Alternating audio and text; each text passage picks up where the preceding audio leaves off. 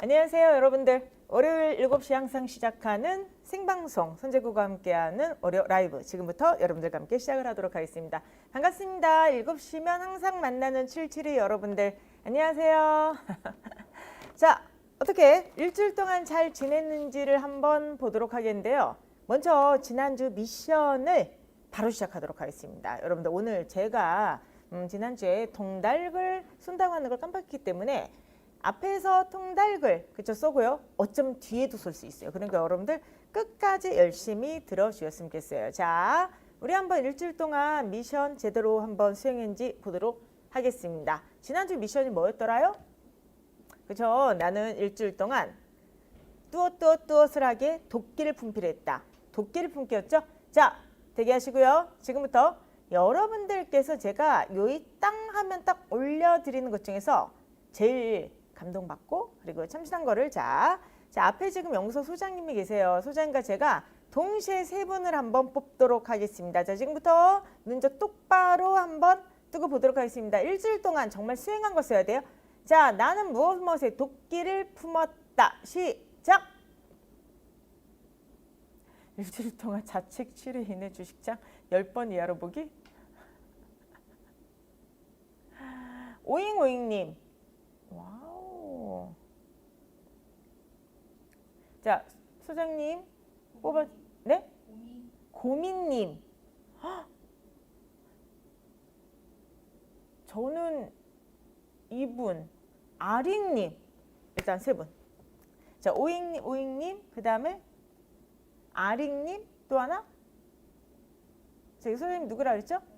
고민님. 자, 이 3분을 좀 이렇게 했어요. 근데 이제 제가 사실 오잉님을 뽑았던 이유는 그쵸 그 운동을 했다라고 하는 것 때문에 지금 굉장히 사실 그게 중요한 일인 것 같습니다. 사실은 지금 다 너무나도 이렇게 훌륭한 걸 했는데요. 여러분 정말 다 드리고 싶은데 그래도 가장 먼저 올리신 분들 중에서 그쵸 3개를 좀 뽑았으니까 앞으로 기회를 좀 봐주셨으면 좋겠습니다. 자, 이번 주에 김도훈님은 도쿄훈련에 도끼를 품었다도 있고요. 그때 매일 국어를 아침 7시에 매일 품었다는 분도 계셨는데 와 정말 박수 이렇게 보내드리도록 하고요. 이번 주에 품은 도끼 다음 주까지 꼭 유지를 하시 바랍니다. 그러면은 자, 한 주를 한번 점검해서 시작을 해야 되니까 다음 주 미션도 드리도록 할게요. 다음 주 미션도 우리 도끼 한 번에 끝나면 좀 거시기 하잖아. 두 번째 똑같은 도끼 미션을 드리도록 하겠습니다. 그래서 이번 주에 만약에 수행하지 못한 게 있다. 그리고 지난주에 들어와서 이런 미션인지를 몰랐다 하시는 분들은요. 자, 이번 주에 나는 일주일 동안 오늘부터 다음 주 월요일 전 7시까지 지키는 거예요. 또잉을 하기 위한 무엇을 하기 위한 도끼를 품었다. 이거 반드시 개인적으로 생각하시고요. 다음 주까지 반드시 그쵸 지켜오시기 바랍니다. 아니 문호님 숙제를 까먹다니. 와 문호님 공부만 열심히 하는 숙제를 까먹구나. 다음 주까지 반드시 여러분 제 문호님 반드시 나는 무엇하는데 도끼를 품었다. 또 다른 미션 한 내드리도록 할 테니까 반드시 하시기 바랍니다. 아시겠죠? 문호님 근데 왜 아이디가 왜 문어예요? 저는 문어 하니까 이런 말 하면 혼날려나? 문어 숙회가 먹고 싶습니다. 자, 어쨌든 간에 여러분들 일주일 동안 열심히 그동안 공부하셨을 거 믿고요. 요즘 날씨가 너무 안 좋아요. 그죠? 무슨 뭐 정말 스콜처럼 막 비가 내렸다 말다 하고요. 그리고 사실 이번 주가 아시겠지만 보강주예요. 그러니까 수업이 이제 어떻게 보면 올인원 같은 강의가 끝나고 다음에 예상 실수가 들어가기 전에 비어있는 한 주거든요. 이런 주에 정말로 공부하기 싫어요. 그렇죠? 잘못하다 가는 시간이 호다닥 이렇게 넘어가게 됩니다. 그래서 이럴 때일수록 우리 7시에 다 같이 만나서 다시 한번 힘을 좀 모으시고요. 그리고 문제도 한번 열심히 풀면서 깨져보기도 하면서요. 이번 주에 다시 한번 다음 주 월요일까지 견딜 힘을 좀 받으시고 또 하나 그쵸 다음 주 월요일까지 충실한 본인 학습 계획을 세우셨으면 좋겠습니다. 화이팅! 자, 그럼 지금부터 이제 여러분들과 함께 본격적으로 월요 라이브 시즌 1 문풀 달리기 이제 시작합니다. 5번째 회차를 한번 해보도록 하겠습니다. 일단 지금 저희가 문풀 달리기 시작하기 전에 체력 점검하는 시즌 1이 되는데요. 지난주 미션 수행을 인정했으니까 이번에 두 번째 사실 지난주 토요일날 제가 초시생 설명을 했거든요. 토요일인데 너무 차가 막혀가지고 오는데 1시간 와서 이제 대기하는데 한 20분, 30분, 그리고 이제 설명회 한 3, 40분, 다시 집에 가는데 1시간. 와, 그래서 지난주에 사실은 그 설명회 하느라고 왔다 갔다 하는 시간이 더 많이 들었어요. 그런데 설명회에 출생분들이 많이 왔는데 오셨는데 사실 질문을 다 이렇게 받지를 못했어요. 그래서 제가 이번에 월요 라이브 시간에 그때 설명회 때 들어온 질문을 좀 이렇게 나누겠다 이렇게 이제 이야기를 했습니다. 자, 출생 설명회 때 제가 이제 그러니까 소개가 끝나고 그다음 학습 방법론 설명회 때 딱 나오는데 어떤 여학생분이 저를 이렇게 잡더라고요. 그러더니 그분이 질문을 했어요. 뭐라고 질문했냐면은 선생님 저는 지금 이제 막 기본 이론 막 이제 아직 다 끝내지 못하고 하여간 하고 있는데 지금 굉장히 마음이 급하다. 근데 주변에서 얘기를 했더니 다들 국어는 양치기를 하면 된다고 그런다. 다른 말로 하면 문제를 많이 그냥 풀어보면 된다고 한다는데 제가 지금 양치기를 해야 될까요? 말해야 될까요? 이런 질문을 하시더라고요. 일단 이렇게 전 대답하고 싶어요. 여러분들 양치기는 진짜 중요한 거야. 그래서 제가 항상 말씀드리잖아요. 그쵸? 국어공부에서 양치기는 정말 중요하다. 제가 항상 얘기하는 게 그쵸? 양과 질의 변화죠. 양질 변화를 굉장히 강조를 합니다. 그래서 저는 양치기가 정말 중요하다고 생각하고 근데 양치기를 할 때 좀 조심해야 될 게 있습니다. 첫 번째 바로 뭐냐면은 아직 기본적인 어떤 개념을 완비하고 기본적인 어떤 유형을 잡기 전에 무조건 양치로 들어가면은 틀린 걸 또 틀릴 수가 있습니다. 제가 항상 또 틀이라고 하죠. 틀린 게 계속해서 또 틀릴 수가 있기 때문에 이런 분들은 되게 조심하셔야 돼요. 그렇기 때문에 어차피 양치기는 저희가 11월부터 정말 무지하게 해요. 모의고사 문제를 푸니까. 그 전까지는 아무리 마음이 조급하다고 하더라도 일단 기본 개념, 기본 유형을 잡아야 된다. 논리는 이론부터 먼저 들으셔야 되고요. 공문서 푸는 방식 한번 좀 보셔야 되고 특히나 독해 같은 경우는 자신이 어떤 거를 반복해서 틀리는지 자신의 잘못된 독해 습관을 교정을 받아야 돼요. 자신의 잘못된 독해 습관이 있으면 그것이 무엇인지를 반드시 교정을 받아야 됩니다. 그렇기 때문에 반드시 개념과 유형과 그 다음에 자신의 잘못된 독해 습관을 점검을 받은 다음에 양치기를 들어가라. 그래서 양치기를 먼저 하는 게 아니라 순서가 있어요. 선 뭐예요? 여러분들 개념. 그 다음에 선 자신의 틀린 거 교정. 후 양치기. 그래서 여러분들이 이 선후를 절대로 반대를 하면 안 된다. 이게 바로 첫 번째고요. 두 번째 양치기 하는 게 굉장히 중요한데 저는요. 그 검증된 좋은 문제를 했으면 좋겠어요. 여러분들 이제 아실 겁니다. 사실 저희가 아직 출제기조가 전환이 안 됐기 때문에 출제기조 전환에 맞는 정말 좋은 문제 그리고 저희 쪽 시험에 문제 풀 때 도움이 되는 어떻게 보면 양질의 문제를 확보하기가 지금 좀 어려운 상황이에요. 그래서 제가 계속해서 말씀드리지 않습니까? 그 양질의 문제를 제가 제공을 해드리도록 할 테니까 여러분들 믿고 문제를 좀 푸셨으면 좋겠다. 헤매지 말고 그냥 선제고 문제를 풀었으면 좋겠다. 자, 그래서 그분께 이제 또 특히나 지금 선제고 라이브를 들으신 분들 학습 방법에 대해서 고민하신 분들께 말씀드리고 싶어요. 양치기가 중요하다. 그리고 지금 양치기를 해야 되는가라는 거에 대해서 저는 양치가 매우 중요하다고 얘기를 하고 싶어요. 양질 전환라고 하는 것 때문에. 근데 두 가지를 꼭 지킵시다. 뭐냐면 선 개념이나 선 자신의 실력을 교정받은 다음에 잘못된 습관을 교정받은 다음에 그 다음에 후 양치기로 들어가라. 그리고 이제 두 번째 양치를 할 때 정말 좋은 문제, 양질의 문제, 검증받은 문제를 제대로 풀었으면 좋겠다. 그래야지 사실 시간을 낭비하지 않는다라고 하는 것을 꼭 말씀을 드리고 싶습니다.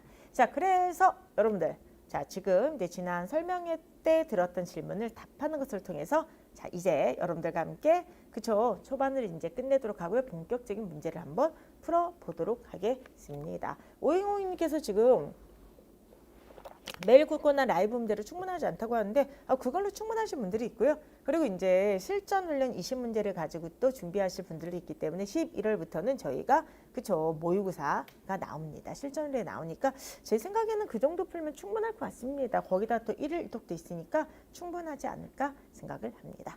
자, 어찌되었든 간에 지금까지 이제 여러분들과 함께 우리 반갑게 한번 인사를 나눠봤고요. 지금부터 이제 본격적으로 오늘 라이브 문제를 한번 풀어보도록 하겠습니다. 오늘 라이브 문제에서 두세 문제 정도가 좀 까다로울 거예요. 그래서 제 생각에는 아마 배열 문제가 좀 어려웠을 것 같고 논리에서 한 문제 정도, 그 다음에 1일 독에서 한 문제 정도가 좀 어려웠을 것 같은데 일단 점수가 어떻게 나오는지는 모르겠어요. 그래서 어찌되었든 같이 한번 문제를 풀어보도록 할게요. 1번 문제는 문법 독해입니다. 자, 제가 계속 얘기하지만 문법 독해는 두 가지겠다 그랬죠? 첫 번째는 진짜 독해 문제. 그러니까 이건 뭐냐면은 문법을 제재로 한 진짜 독해 문제. 이런 문제 같은 경우는 특별히 문법 지식이 필요가 없어요. 그냥 독해로서 내용 일지로서 풀면 되는 문제고요.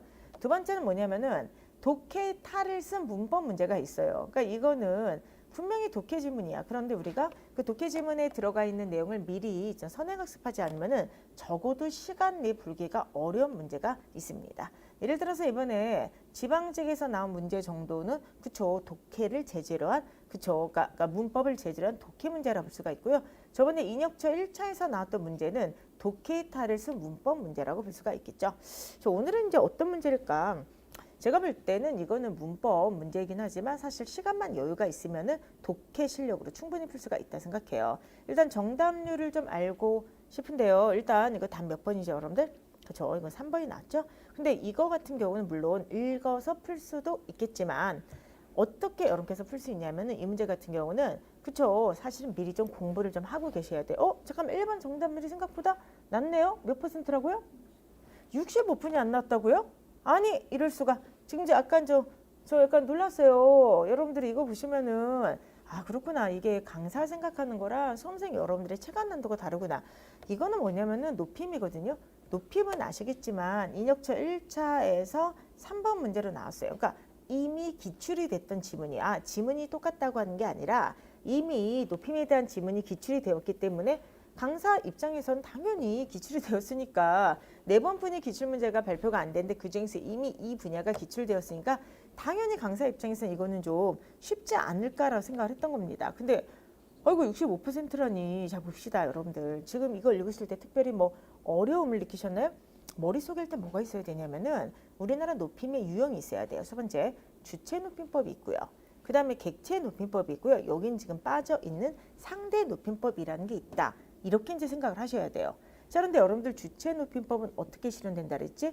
깨서라고 한 조사를 쓸 수도 있지만 제일 중요한 게 의시라고 하는 걸 쓰는 거예요. 자, 시라고 하는 것은 주체 높임 선언할 어미라고 했죠. 자, 그런데 이번에 인역지 1차 문제에서 나왔던 것처럼 주체 높임법 중에서 만약에 그 주체가 실제로 계시게 되면은 계시다라고 하는 단어를 쓰게 되지만 만약에 주어를 직접 높이지 않고 주어와 관련된 간접 높임을 하게 될 경우에는 뭘 쓰게 된다? 있으시다를 쓰게 된다. 이렇게 이제 이야기를 했습니다. 그렇기 때문에 먼저 여러분들께서 여기서 우리가 기억해야 될 건 뭐냐면은 주체 높임이라고 하는 것은 뭐 깨서 같은 조사를 쓸 수도 있지만 시라고 하는 선언할 어미를 쓴다. 그런데 주체 높임은 다시 두 가지로 나뉘어지죠. 첫 번째 바로 주어를 직접 높인다. 직접 높임이라고 하는 게 있고요. 내가 높이라고 하는 그 주체가 주어 자리에 없을 때는 간접 높임을 쓰게 된다. 아니 이거 저번에 인역초 1차 시험에서 나왔던 거잖아. 그치? 그리고 이제 두 번째 객체 높임이라고 하는 거는 목적어나 부사어를 높이게 되는 걸 이야기를 하는데요. 일단 첫 번째 같은 경우는요.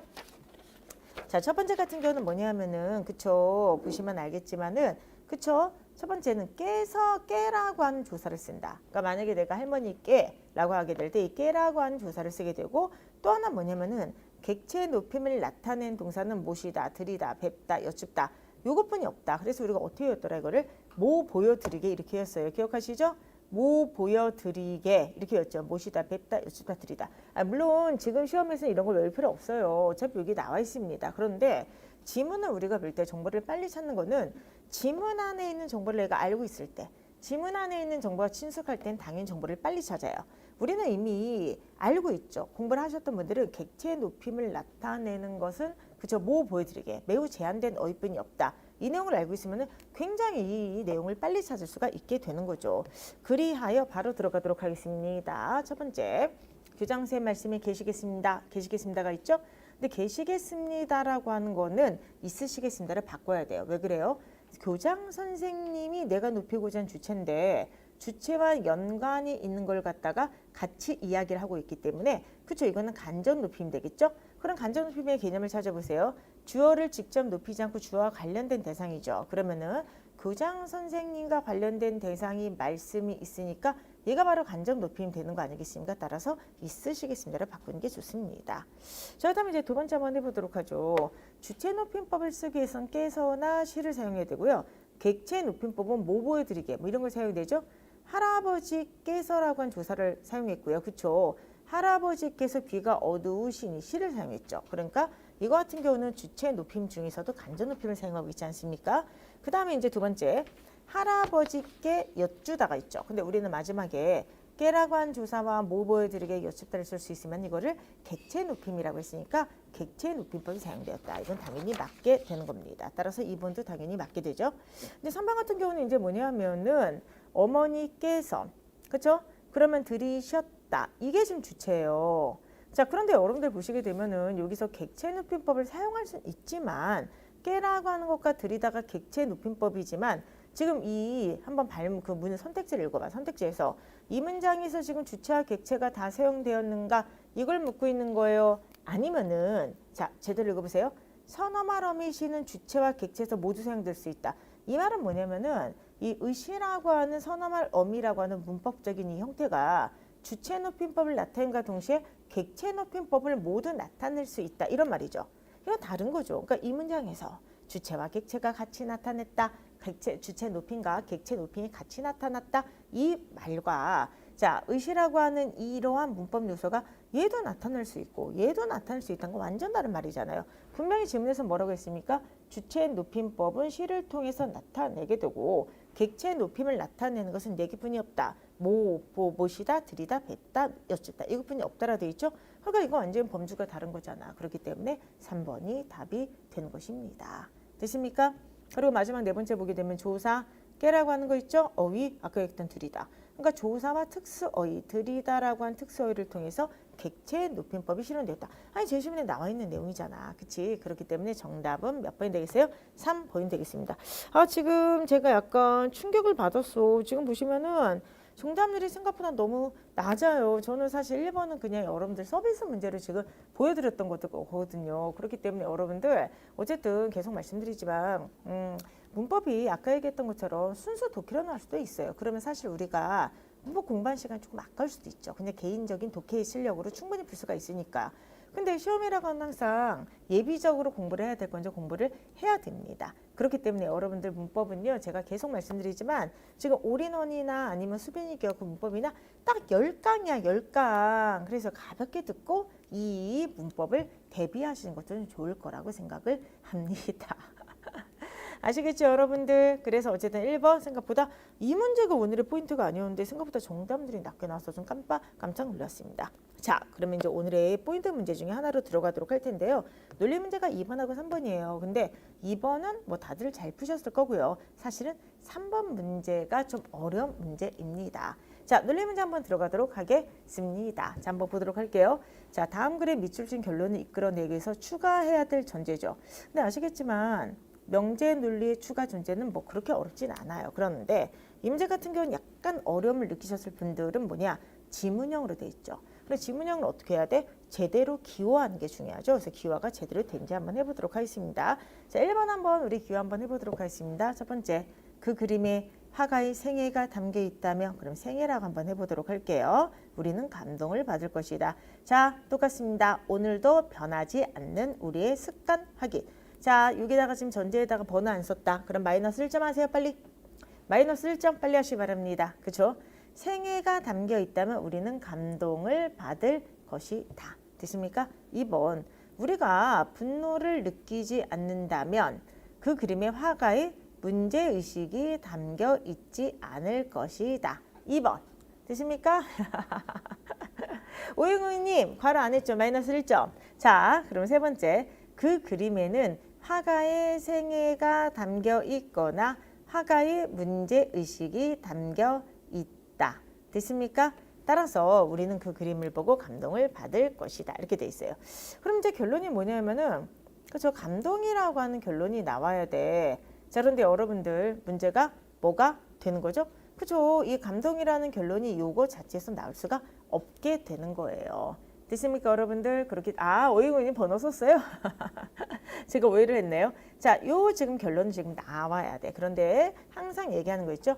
명제 논리에 있어서 그죠? 생략된 전제 찾기는 별로 어렵지가 않아요. 근데 우리가 제가 매 수업마다 항상 말씀드린 게 있어요. 모든 추론 규칙의 제1번 발음 무엇이다? 그죠? 전권 긍정입니다. 이걸 절대로 잊으면 안 돼요. 그래서 이렇게 조건문이 지금 계속해서 나왔을 경우에는 항상 정권 긍정을 생각해야 돼. 조건문은 계속해서 얘기하지만 정권이 참일 때 후권이 참이다 라는 거 외에는 얘기하는 게 아니에요. 그렇기 때문에 항상 조건문이 나오게 될 때, 특히 명제 논리에 생략된 전제가 나오게 될 때는 전권 긍정이 그죠 항상 떠올려야 돼요. 자, 지금부터 한번 시작합시다. 감독이 지금 여기 있어. 우리는 지금 이 결론을 이끌고 싶어. 근데 얘가 지금 조건문으로 돼 있지. 그래서 조건문에서 얘가 후권이 인정되려면 후권이란 결론이 나오기 위해서는 반드시 뭐가 인정돼야 돼? 정권이 인정돼야 되잖아. 됐습니까? 그러면 자, 정권이 인정되기 위해서는 무조건 생애가 담겨 있다는 게 참이 돼야 돼. 그럼 생애를 찾아갑시다. 뛰어가면 몇 번을 갈 수 있죠? 3번으로 갈 수가 있습니다. 그러면은 얘를 인정하기 위해서는 얘가 인정돼야 되죠. 정권이. 근데 생애라고 하는 건 3번의 선언문에 지금 있습니다. 그럼 얘들을 무조건 우리가 확보해야 돼. 그러면 뭘 죽여야 돼? 얘를 죽여야 되죠. 얘를 죽여야 돼. 그럼 선언문에서 한쪽 항을 살리고 나머지 항을 죽이기 위해서는 선언지 제거가 필요하죠. 그러면 뭐를 죽여야 돼? 문제의식을 죽이기 위해서는 남 문제의식이 필요해요. 그렇죠? 그러면은 이번 한번 남 문제의식을 찾아보세요. 그러면 남 문제의식이 어디 있죠? 2번에 후권에 있습니다. 그럼 다시 한번 조건문이죠. 조건문에서 후권이 인정받기 위해서 무조건 뭐가 인정받아야 된다? 전권이 인정받아야 되죠. 그러니까 반드시 낮 분노가 확보가 돼야만 되는 거죠.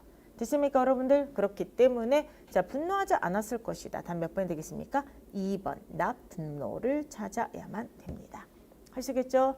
지금 계속해서 얘기하지만 명제 논리에서 생략된 전제가 나오는 순간 얘는 조건문을 활용 안 할 수가 없어요. 근데 조건문이라는 건 항상 얘기하지만 후권을 인정받기 위해서는 항상 전권이 확보가 돼야 되는 거잖아. 근데 지금 우리가 지금 찾아야 되는 게 바로 후권에 있죠. 후권이 인정받기 위해서 반드시 전권이 인정돼야 된다. 계속해서 얘를 갖다 찾기 위해서 하나씩을 갖다가 쥐어가는 과정이라고 생각을 하시면 됩니다. 그래서 어찌되었든 2번의 정답은 2번인데 지금 보시면 정답률이 이런 문제는 잘 푸세요. 지금 보시면 정답률이 그죠 84%가 나왔어요. 그래서 이런 문제는 매우 잘 풀고 있다. 이렇게 보셨으면 좋겠습니다. 자, 그런데 이제 오늘의 사실은 함정 문제는 3번입니다. 이 3번 문제 지금 정답률이 조금씩 올라가고 있는데 처음에 입력하셨던 분들은 53이 나오다가 지금은 이제 좀 올라갔어요. 60%가 나왔어요. 정답률이. 근데 정답률 60% 정도 나오는 문제는 굉장히 변별력이 있는 것이거든요.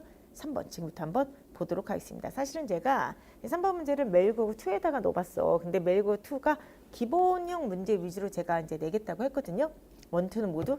근데 실강분들이 이 문제를 너무 못 푸신 거야. 그래서 이 문제를 갖다 제가 빼고요.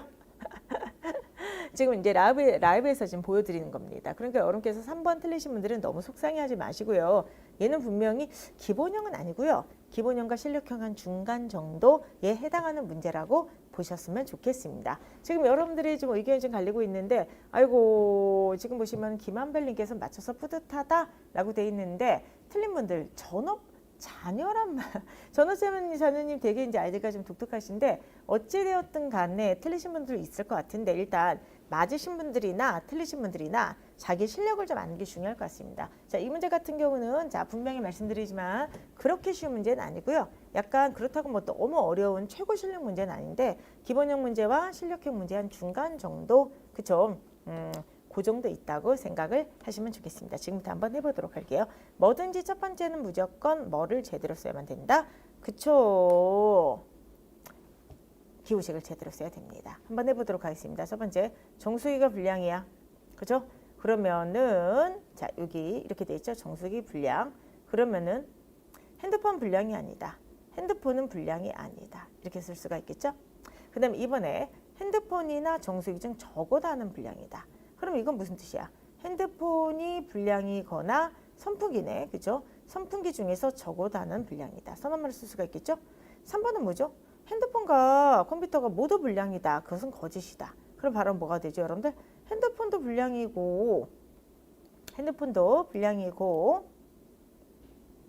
컴퓨터도 모두 불량이다.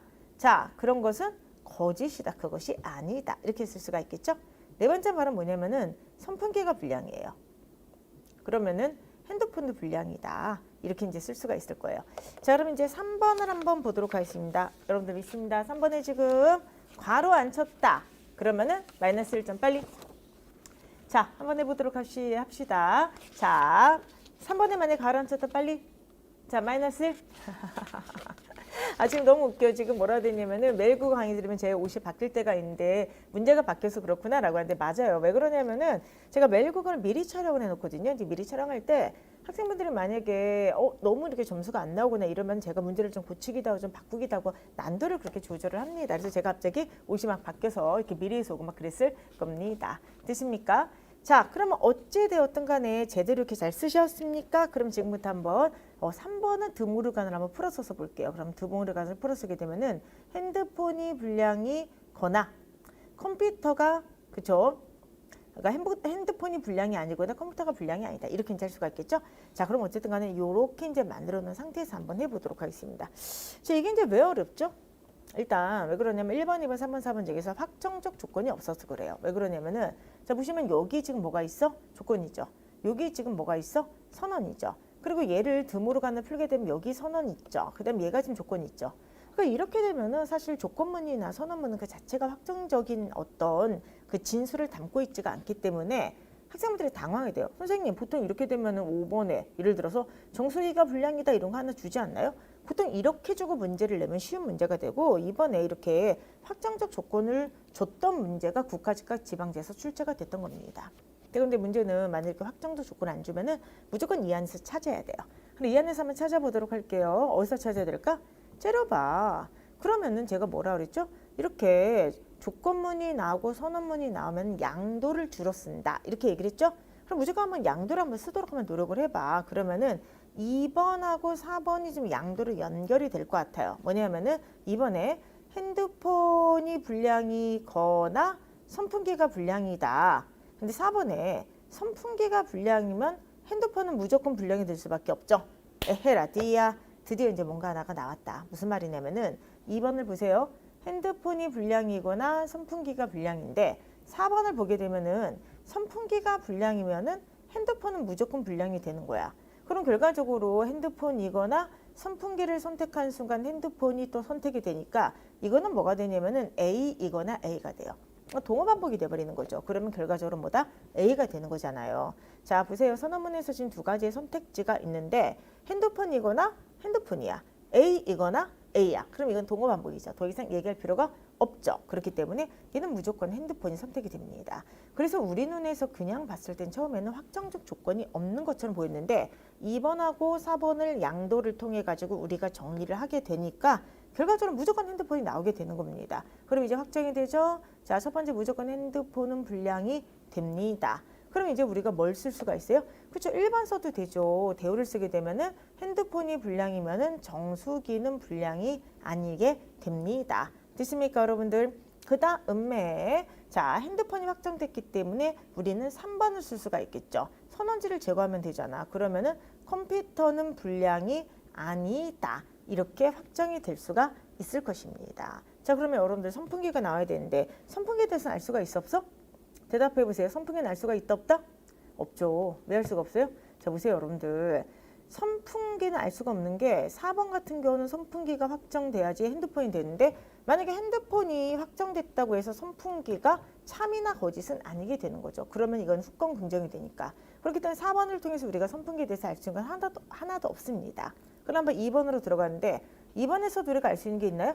아니죠. 만약에 우리가 선풍기에 대해서 확정적인 어떤 진술을 받고 싶으면 핸드폰을 죽여버려야 돼. 근데 핸드폰 지금 여러분들 긍정으로 되어 있기 때문에 얘를 제거할 수가 없습니다. 그렇기 때문에 핸드폰은 불량이고요. 정수기는 불량이 아니고 컴퓨터도 불량이 아닌데요. 선풍기에 대해서는 알 수가 있다 없다? 알 수가 없다. 참과 거짓을 단정할 수 없다. 우리가 항상 기억해야 되는 연원 논증이라는 것은 뭐냐면은 존재가 참이면 그렇죠. 결론은 항상 참이 나와야 되는 거예요. 근데 선풍기에 대해서는 이거 참인지 거짓인지 확정할 수가 없죠. 그렇기 때문에 선풍기는 결론을 내릴 수가 없다. 그럼 찾아봅시다. 핸드폰 불량이야.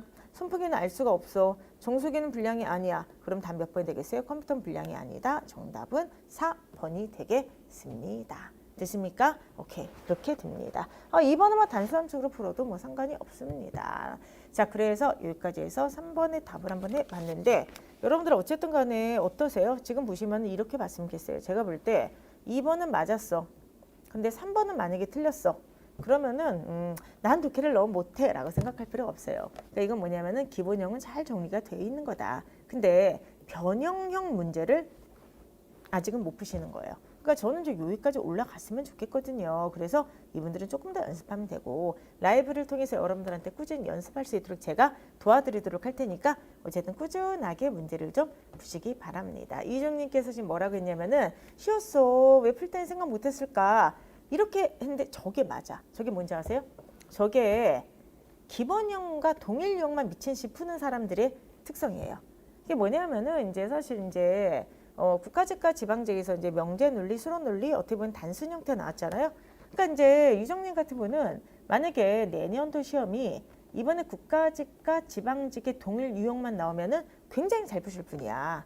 근데 이제 문제는 항상 우리는 플러스 알파를 생각을 해야 되죠. 계속 얘기했지만 난도가 미친 듯이 올라가지 않는다. 근데 문제는 계속해서 변형이 되면서 폭이 넓어질 것이다. 이렇게 얘기했죠, 여러분들. 그렇기 때문에 사실 이것도 설명드렸더니 유정님이 얘기했던 것처럼 뭐라고 그랬죠? 다시 보니 쉬웠어요. 지금 이제 설명을 들으니까 아까 왜 그게 안 보였을까? 어려운 문제가 아니었네요. 이렇게 얘기하죠. 그래서 다양한 문제를 풀라는 거야. 논리는 다양한 문제를 변형 문제를 풀지 않잖아요. 그러면은 나중에 보면 너무 쉬웠던 문제인데 시험장 가서는 당황해서 틀리게 됩니다. 아예 손을 못 대게 돼요. 근데 봐봐. 지금 문제를 다 풀고 왔더니 이게 어려워? 이게 뭐 고난도 문제야? 아니잖아. 그치? 그래서 앞으로 저랑 같이 여러분들 난도는 제가 미친 듯이 올리지 않을 거야. 우리가 배웠던 12개의 추론식으로만 푸는 방식을 계속해서 알면서 변형을 해드리도록 할 테니까 열심히 따라오시기 바랍니다. 아시겠죠? 그렇게 보시기 바랍니다. 오케이. 자, 4번 문제 한번 들어가도록 하겠습니다. 4번 문제는 4번 문제 들어가기 전에 자 중간에 우리 한번 저 근데 오늘 사실 목이 되게 아파요. 지금 사실 목소리가 안 나와. 목소리가 안 나오는데 목소리 안 나오는 거 좀 약간 티가 납니까? 왜냐면은 지금 날씨도 너무 약간 그렇고요. 하여간 모르겠어요. 그래서 오늘 목소리가 완전히 지금 잠겼어요. 그래가지고 목이 안 나오는데 자 어쨌든 간에 중간에 쉬어가는 타임을 여러분들과 함께 장학생 모집을 한번 해보도록 하겠습니다. 저희가 이번에 11기 장학생을 모집해요. 근데 저도 이렇게 시간이 빨리 간지 몰랐는데 선작술 장학재단이 그냥 저희가 그냥 사부작 이렇게 일하고 사부작 이렇게 그냥 사업을 했거든요. 근데 벌써 10주년을 맞이했습니다. 그래가지고 이번에 굉장히 좀 감회가 좀 새롭더라고요. 제가 벌써 공단계 문제도 오래됐고 또 하나는 이제 뭐냐면은 장학재단을 처음에 정말 못 모르고 정말 좋은 의도로만 시작했는데 너무 이렇게 실무일을 모르니까 진짜 고생을 많이 했거든요. 그래서 저희가 뭐 재단법 이런 걸 전혀 모르는 상태에서 그냥 좋은 뜻으로 시작을 하다 보니까 중간에 실수도 많이 했고 그다음에 그 재단을 교육청에서 관리하는데 하여간 교육청 분들한테 문의도 많이 하고 하여간 그랬습니다. 그래서 어쨌든 10년 됐는데 이번에 11기를 모집을 합니다. 11기를 모집을 하니까 여러분들 주변에 많이 좀 알려주시기 바라고요. 자세한 사항은 선제국어 네이버 그 카페에 들어와서 보시면 자세한 그 응모 그 방식이 있으니까 어찌 되었든 여러분들 많이 알려주시기 바랍니다. 그리고 이제 많은 분들이 오해하시는데 제가 심사를 직접 진행하는 줄 아는데 그렇지 않아요. 저희 연구소 내에서 이제 소장님이 전체를 갖다가 실무를 다 맡아주시면서 저희가 사회적 기업과 같이 협업해가지고 같이 장학생들을 뽑고 있습니다. 제가 하면 아무래도 약간 좀 주관도 들어가고 하기 때문에 저는 실무엔 전혀 관여하지 않고 있습니다. 근데 어쨌든 공정하게 굉장히 심사가 이루어지고 있으니까 많이 알려주시기 바랍니다. 자, 잠깐만요. 아이고, 지금 사실 의자도 고장났어. 의자도 고장나가지고 지금 자리도 되게 불편한데 제가 지금 목이 너무 안 나와요. 그래서 어쩔 수 없이 목을 좀 틔우기 위해서 노래를 좀 부르고 가야 될 것 같습니다. 자, 노래를 부르면서 좀 목을 좀 틔우도록 할게요. 지금 목이 너무 아파서요. 다 같이 따라해 주세요. 공무원 시험 합격은 주택관리사 합격 공인중개사 합격 우리 모두 다 같이 합격 이 노래가 짱이지 않습니까? 제가 볼 때 정말 제일 잘 맞는 심슨 같습니다. 자, 그래서 어쨌든 간에 자 혹시나 이 노래를 들으셔서 감동을 받으신 애팅팅 학원 관계자분들 있으면은 저희 선제 광고는 항상 앞광고 문의 환영합니다. 광고 바로 주시면 제가 최선을 다해서 광고를 진행해 주시도록 드리도록 하겠습니다. 자, 목소리 좀 이렇게 튀었나요? 오늘 너무 죄송해요. 오늘은 어쩔 수 없이 목이 좀 안 나올 것 같습니다. 그리고 이제 오늘 중간중간에 계속 카페 인증 이벤트를 하게 되는데 이렇게 예쁜 이런 문장이 3개가 이제 들어가게 될 거예요. 근데 3개를 캡처하셔야 돼요. 3개를 캡처해서 한 문장으로 만들어서 선제국어 카페에 올리시면은 자, 추첨을 통해서 푸짐한 상품이 기다리고 있습니다. 그래서 어쨌든 간에 3개를 캡처해서 한 문장으로 올려주시기 바랍니다. 목이 안 나오니까 오늘은 어쩔 수 없지만 악을 지르면서 해야 될 것 같습니다. 4번 들어가도록 하겠습니다. 4번 되게 잘 푸셨어요. 저는 이제 4번 문제를 통해서 보여드리고 싶은 게 바로 이거였어요. 뭐냐면은 그러니까 조건에서 만족시키는 것을 포함하느냐 배제하느냐 그걸 보시면서 봤으면 좋겠어요. 무슨 말인지 한번 해보도록 하겠습니다. 한문은 중국 그림으로 한문학은 중국 문학이라는 것은 반려의지가 없다. 그러나 이거 보세요. 중국의 현재 백화가 아닌 한문 이렇게 돼 있죠. 그럼 여기서 지금 조건을 쓰고 있는데 그 조건을 뭐라고 쓰고 있냐면은 한문인 한문인데 여기서 뭐를 빼라고 하는 거지? 백화를 빼라고 하는 거야. 백화가를 제외한 한문을 갖다 이야기하는 거죠. 근데 이거는 공동문어이다. 그렇기 때문에 동아시아의 공동의 자산이라고 지금 이야기를 하고 있습니다. 근데 한문은 다른 문명권의 공동문화는 차이가 있다. 대비항을 만들어야 되겠죠. 그래서 이거는 다른 문화권의 공동문어와는 차이가 있다 하면서 한문의 특성 얘기하죠. 선언 한문 서로 같지만 소리 내용 있는 한문은 나라마다 다르다. 이거는 소리가 나라마다 다르구나. 즉 읽는 방식이 다르다. 소리가 다르다. 그럼 여긴 특별히 나오지 않지만 차이라고 되어 있으니까 아마도 다른 공동문어는 소리가 다르지 않겠죠. 됐습니까? 반면 그리고 또 하나 다른 공동문어는 구두어기다 해서 국제적인 교류에 활발히 사용되었다. 그럼 얘는 국제적인 교류에 사용이 되었다는 거잖아. 대비항이니까 얘는 뭐다? 국제적인 교류에서 사용되어 있지 않았다. 이렇게 얘기를 합니다. 따라서 결론, 한국 작가가 한국 독자를 상대로 한국인의 생활을 다룬 문학을 한국문학이라고 하면은 한국 한문학이 한국 문학이라는데 아무런 문제가 없다. 자, 이제 범주가 나오게 되는 거죠. 그럼 이게 바로 뭘 얘기하는 거죠? 그쵸. 한국 문학의 특성을 얘기하죠. 한국 작가가 한국 독자를 상대로 해서 한국인의 생활을 다뤘다. 자, 그런데 여러분들 한문학은 그럼 어디에 들어가게 되는 거야? 그쵸. 한국 문학에 들어가게 되는 거예요. 자, 그럼 범주를 한번 생각해 봅시다. 얘가 과일이야. 얘가 사과야. 그럼 자, 생각해 봅시다. 사과의 특성을 과일이 다 가지고 있나요? 아니죠. 근데 과일의 특성은 뭐가 다 가지고 있죠? 사과가 다 가지고 있죠. 다시 한번 범죄 문제 다시 한번 생각을 해봐. 한 번만 더. 자, 얘가 과일이야. 얘가 사과야. 뭐가 더 범주가 커? 그러면 당연히 과일이 더 범주가 크죠. 그럼 봅시다. 사과는 과일의 특성을 다 가지고 있나요? 맞습니다. 근데 사과의 특성을 과일이 다 가지고 있나요? 아니라고 하는 거예요. 그렇죠? 이게 도대체 무슨 말인지 한번 해보도록 하겠습니다. 과일은요, 과일이라고 한 뜻뿐이 없죠. 근데 사과에는 뭐가 있냐면은 과일이면서 사과라고 하는 과일의 종류라고 하는 뜻을 더 가지고 있어요. 그래서 이렇게 항상 기억을 하셔야 될 게 과일이 사과를 범주로는 포함을 하고 있지만 과일의 의미가 사과의 의미를 다 포함하고 있지 못해요. 왜 그렇죠? 밑에 있는 하이어가 의미가 더 많기 때문에. 그럼 똑같이 한번 해보죠. 얘가 지금 한국 문학이야. 그 다음 얘가 한문학이야. 여기서 좀 주장하는 거는 한문학이 한국 문학이라는 거잖아. 한국 문학의 특성은 한문학이 다 가지고 있나요? 맞습니다. 근데 한문학의 특성을 한국 문학이 다 가지고 있나요? 그건 아니라는 거죠. 그래서 정답이 4번이 되냐 하면은 한문학은 한국 작가가 한국 독자를 상대로 한국인의 생활을 다룬 문학이다. 이게 바로 뭐죠? 그쵸. 한국 문학의 특성이잖아. 그러니까 이거는 결과적으로 한문학은 한국 문화의 특성을 다 가지고 있다. 다시 한번 한문학은 한국 문화의 특성을 다 가지고 있다. 이런 선택지가 나오게 되는 겁니다. 일부러 좀 범주로 좀 어렵게 설명했어요. 그냥 소거법으로 풀어야 되죠. 예를 들어서 동아시아에서는 공동 문학을 통해서 국제적 교류가 활발히 이루어졌다. 이렇게 돼 있지 않습니까? 근데 여러분 같은 경우는 이거는 뭐죠? X라는 걸 알 수가 있겠죠? 왜냐하면은 이 공동 문어라고 하는 거는 다른 나라에서는 국제 교류가 많았는데 동아시아는 한문이 공동 문어 있죠. 근데 국제 교류가 없었다 돼 있어요.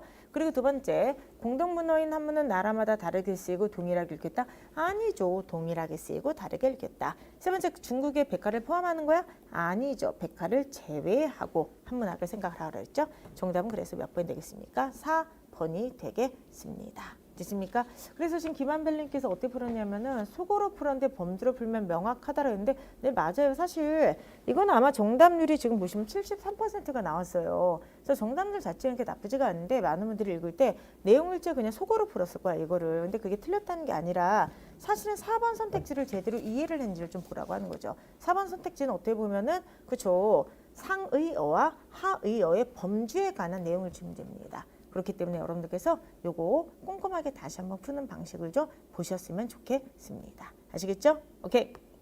자, 그럼 한번 5번 문제를 보도록 하는데 5번 문제가 정답률이 좀 안 나왔을 거예요. 역시나 정답률이 49%. 49%인데 이게 정답률이 진짜 낮게 나오더라고요. 그러니까 이건 이제 매일국어 2에 실린 문제를 이제 미리 제가 보여드리는 건데 실강 분들도 이걸 굉장히 많이 못 풀었어요. 그래서 이게 지금 49%야. 근데 사실 이게 왜 이렇게 낮게 나왔을까? 왜 그랬을까? 그렇죠. 지문이 좀 어려워서 그래. 근데 지문이 왜 어렸을까? 지문이 어려운 게 조금 이따 저랑 같이 읽어보면 사실 전혀 어렵지가 않은데 여러분께서 이 지문에서 같은 항어로 취급해야 될 거를 같이 못 묶어서 그렇습니다. 자, 지금부터 제가 푸는 방식을 잘 보시기 바라고요. 제가 푸는 방식대로 풀지 않았으면 여러분께서 굉장히 읽을 때 헷갈렸을 거고 그 이유 때문에 아마 틀렸을 거예요. 자, 한번 해보도록 하죠. 일단 맨 앞에 지금 다하고 라가 있죠. 그러니까 다하고 라가 같은 그쵸 맨 앞에 배치될 수 있다는 걸 먼저 기억하셔야 돼요. 근데 한번 읽어보도록 하는데요. 여러분들 제가 푸는 방식을 한번 보세요. 제가 항상 뭐라고 하죠? 그렇죠. 대비가 있으면 대비를 항을 이용해서 풀어라. 그 다음에 두 번째는 같은 항끼리 있는 건 무조건 다 같은 항끼리 묶어야 된다. 라고 얘기를 했죠? 한번 봅시다. 그러므로 일단 정보를 저장하고 회로가 완성되면 신경세포들은 더 이상 분열되지 않아야 된다. 분열하지 않아야 된다. 분열. 그래야 기존의 기억을 제대로 보관할 수 있다. 응? 자, 봐봐. 어쨌든 그래서 우리의 뇌는 상처를 입었을 때 재생할 수 없다. 재생할 수 없다는 엄청난 위험 부담을 감수하고서라도 신경회로를 지키려는 전략을 택하게 되었다. 이거 보세요. 이 문장에서 지금 A 버트 B 같은 구조가 있나요? 다시 한번 이 문장에서 지금 역접이 되는 그러나 그럼에도 불구하고 하다못해 전환되는 그런데 이런 게 있나요? 없죠. 그러면은 첫 번째 문장과 두 번째 문장과 세 번째 문장은 다 같은 내용으로 연결이 되고 있는 거예요. 그죠? 자, 그러면 여기서 어떻게 연결이 돼야 되냐? 일단 정보를 저장하고 회로가 완성되면은 분열하지 않아야 된다. 그럼 not 분열이야. 그치? 근데 분열하지 않아야 기억을 보관할 수 있다. 분열하지 않아야 기억을 보관하는 거야. 그래서 자, 우리의 뇌는 엄청난 그러니까 상처를 입었을 때 재생할 수 없다는 부담을 감수하고서라도 신경을 지킨다. 그럼 뭐야? 시작. not 재생이죠. 봐봐. 얘네가 같은 항이야. 우리가 이제 왜 그러냐면은 우린 사실 이런 어떤 배경 지식이 없어. 저 같은 경우도 사실 극문과 아니겠습니까? 그래서 철학이라고 한다든지 인문, 사회 이런 게 나면 사실 뭐 배경 지식이 좀 많을 거 아니에요. 그렇기 때문에 저도 지문 읽기가 되게 쉬워요. 근데 제가 여태까지 공부를 안 했던 영역, 의학이 나온다, 생물학이 나온다, 뭐 과학, 화학 이런 게 나온다. 그럼 저 같은 경우 사실 지문 읽기가 힘들단 말이야. 그럼 우리가 만약에 별로 이렇게 그러니까 익숙하지 않은 낯선 어떤 지문이 나면은 걔를 어떻게 접근을 해야 되냐면은 대비항이 있으면은 무조건 대비항을 만드셔야 되고요. 그 다음에 이제 두 번째 같은 한 끼 묶일 수 있는 건 묶어야 돼. 근데 제가 항상 얘기하죠. 대비항을 만드는 방식이 뭐라 그랬지? 그치. 부정이 나오면은 부정을 항상 체크를 해라. 그 다음에 반의어가 나면 반의어를 체크를 해라. 있다 없다가 나면 체크를 해라. 이런 거잖아. 그럼 분열하지 않다. 재생할 수 없다. 이게 대비항이 될지 안 될지 모르겠지만 될 가능성이 있다는 거야. 그럼 같은 한 끼를 연결하면 not 분열, not 재생. 근데 얘네가 결과적으로 기억을 보관할 수 있게 만든다는 요게 같은 항이라고 하는 거예요. 됐습니까? 그러면은 대비항 한번 만들어 보도록 할게요. 그럼 만약에 신경세포가 분열을 해요. 그럼 만약에 신경세포가 재생을 해요. 그러면 여러분들 자 대비항 만들어 봐. 그럼 뭐가 되는 거죠, 여러분들? not 기억이 되는 거죠. 기억 보관. 이렇게 대비항이 만들어질 수밖에 없었을 거야. 됐습니까? 자, 그렇기 때문에 가달락은 not 분열, not 재생 그리고 기억을 보관이다. 그럼 역으로 얘기하면 분열되거나 재생되면은 기억 보관이 안 돼. 이렇게 지금 대비항을 만들어야 돼요. 어쨌든 계속 한번 읽어보도록 할게요. 나달라. 그런데 보고 실험실에서 신경세포 하나만을 꺼내서 일부러 상처를 입힌 다음에 방해 물질과의 접촉을 막고 신경세포의 성장을 도와준 물질을 처리하면은 신경세포가 재생된대. 얘는 재생이야. 그렇다면 우리 뇌는 재생력이 없는 것도 아니면서 왜 신경세포의 분열과 재생을 막도록 진화해 왔을까? 그러면 여러분들이 이때 분열과 재생을 막도록 진화해 왔으니까 우리의 뇌는 재생과 분열을 막는 거죠. not 분열, not 재생을 했던 이유는 무엇인가? 요거잖아요. 그러면 두 번째 단락 한번 요약을 해보세요. 항상 자문자답 핵심적인 내용이 있으니까 뇌가 신경세포의 분열과 재생을 막은 이유 이렇게 이제 할 수가 있겠죠? 기초서 한번 읽어보도록 하죠. 이제 좀 감이 오죠? 다 달라. 그동안의 연구 결과에 따르면 뇌세포는 분열한 능력은 있지만 여러 조건상 분열이 제한되어 다른 기관과 달리 재생되지 않는 것이 밝혀졌다. 나온의 분열이 재생돼 있다. 똑같죠? not 분열. 그 다음에 재생되지 않았다. not 재생. 이제 뭔가 좀 잡히지? 관찰 결과 뇌의 신경세포가 상처를 입으면 주변을 둘러싸고 있는 괴오세포들이 신경세포의 재생을 막는 방해물을 내어서 재생을 막는다. not 재생. 됐습니까? 자, 이제 연결이 될 거야. 여기서 방해물 있죠. 그리고 여기 있잖아. 방해물질 요거 있잖아. 연결이 되겠죠? 그럼 이제 어쨌든 마지막까지 한번 읽어볼게요. 라달라, 우리가 어떤 정보를 뇌세포에 기억시키는 것은 그 정보를 신경세포의 회로에 저장한다는 것이다. 이 신경세포는 이후에 이동하거나 변화되면 안 된다. 저장한 뒤에 신경세포가 분열한다면 기억의 내용이 뒤죽박죽된다. 그러면 분열을 하게 되면은 not 기억이 된다는 거야. 됐어요, 여러분들? 자, 이제 확실히 알 수 있겠죠? 맨 처음에 뭘 시작해야 될까? 정 안 되면은 맨 앞에 지금 다나 라가 앞에 있으니까 다라가 앞에 간다는 걸 기억하시고요. 이게 방해물이 이렇게 연결돼 있잖아. 그치? 근데 사실 우리가 다 읽고 나니까 이제 알 수 있겠죠. 이 글의 주제는 뭐야? 뇌가 신경세포의 분열과 재생을 막은 이유예요. 됐습니까? 그럼 뇌가 신경세포가 분열을 되거나 재생을 막게 되는 이유 바로 뭐죠? 기억을 저장하기 위해서다. 요약이 되잖아. 그럼 어떻게 돼야 돼? 맨 앞에 그쵸? 뇌는 그쵸? 재생을 막는다. 신경세포에. 자, 그런데 실제로 신경세포는 재생할 수 없는 게 아니라 재생할 수 있는 능력이 있어. 그런데 문제제기, 왜 뇌는 신경세포의 분열과 재생을 막을까? 이렇게 할 수가 있겠죠? 그럼 그 이유가 나야 되겠죠. 바로 뭐야? 분열하면 기억이 뒤죽박죽 되기 때문에. 그럼 마지막 결론 가. 그러므로 뭐 해야 돼? 그쵸? 신경세포는 not 분열해야 되고 not 재생해야 된다. 그럼 동호 반복이죠? 제대로 기억을 할 수 있기 때문에. 정답 몇 번 되겠습니까? 분명하게 2번이 나옵니다. 됐습니까? 자, 여러분들 한번 왜 자기가 이 지문을 틀렸는지 한번 봤으면 좋겠어요. 지금 5번 같은 경우는 거의 이게 반토막이 났거든요. 근데 우리가 수업을 듣는 이유, 또 강의를 이렇게 들으면서 확인한 이유는 왜 그러냐면은 쉬우면 왜 쉽냐?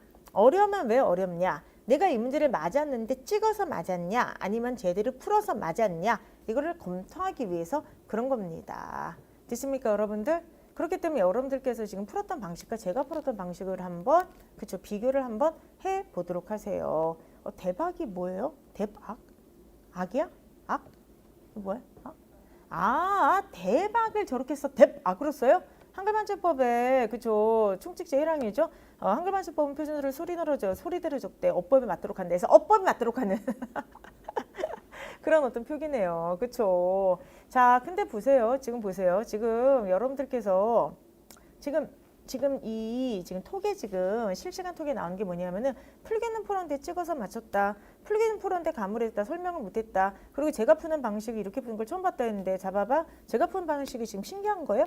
아니라니까. 지금 제가 푸는 방식은 여러분들한테 계속 얘기했잖아. 저희가 지금 중단문으로 짧게 나오기 때문에 특히나 또 하나 공무원 시험 문제는 강화, 약화가 새로 들어갔죠. 근데 강화, 약화라고 하는 것 자체가 뭐냐 하면은 이게 바로 대비항이잖아요. 그래서 제가 항상 추천하는 게 대비항이 있으면 대비항으로 풀라는 거야. 근데 누차 얘기하잖아. 대비항이 없는 지문도 있다니까. 근데 대비항이 있으면 무조건 푸는데 이건 대비항이 있어 없어? 대비항은 뭐라 그랬어? 서로 반의적인 거 뭐 무슨 관계 이런 것도 있지만 부정항은 대비항이 될 가능성이 크다. 항상 얘기하죠. 그래서 이거 같은 건 대비항으로 푸는 거잖아. 알겠습니까? 정확하게 알려드릴게요. 여러분께서 이 지문을 못 풀었던 이유는 왜 그러냐? 얘가 그죠? 같은 항인데 얘를 연결을 못한 거야. 그리고 두 번째 얘의 대비가 뭐야? 분열하고 재생하면 기억이 보관 안 된다는 이 대비항을 여러분들이 이 정보 정렬을 안 한 거야. 그러니까 읽으면서 계속 헷갈리고 다시 보게 되는 거지. 근데 제가 지금 대비항을 딱 만들어 드렸죠? 그러니까 글이 어떻게 돼? 요약이 되잖아. 요약 너무 쉽지. 뭐야? 뇌가 뭐 하는 거야? 자, 신경세포를 재생시키지 않고 분열시키지 않는 이유 이렇게 되는 거죠. 그 이유는 뭐다? 기억을 보관하기 위해서다. 너무 명쾌하게 정리가 되는 거잖아. 됐습니까, 여러분들? 지금 보시면 전업자님이 뭐라고 했냐면은 얼렁뚱땅 풀었다, 근데 맞았다, 뭐 이렇게 얘기를 쓰신 것 같아요. 제가 앞에 건 사실 못 봐가지고. 근데 사실은 막상 시험장 가면은 얼렁뚱땅 풀든 아니면 그냥 정확히 풀든 무조건 맞고만 오면 돼요. 근데 여러분들 지금 뭐야? 지금은 연습하는 거지. 연습할 때는 뭐냐면 얼렁뚱땅 풀면 안 돼요. 내가 설령 얼렁뚱땅 풀어서 감으로 풀어서 맞았다 하더라도 옆에 있는 학생 있으면 데려와서 앉혀놓고 그 학생한테 너 이렇게 풀어야지 앞으로도 똑같은 정답이 나를 설명할 수가 있어야 돼요. 우리는 이런 거가 쌓이게 되잖아. 그러면은 나중에는 감이라고 하는 것도 그쵸, 예리해지게 됩니다. 그럼 시험장에 가서는 본인은 얼렁뚱땅 풀었는데도 사실 그게 올바른 감이기 때문에 당연히 맞고 찍고 나왔는데도 맞을 수가 있는 거예요. 그런데 연습할 때까지는 절대로 그렇게 풀면 안 되고요. 쉬우면 왜 쉽냐, 어려우면 왜 어렵냐를 본인한테 설명할 수 있어야 돼. 아시겠죠?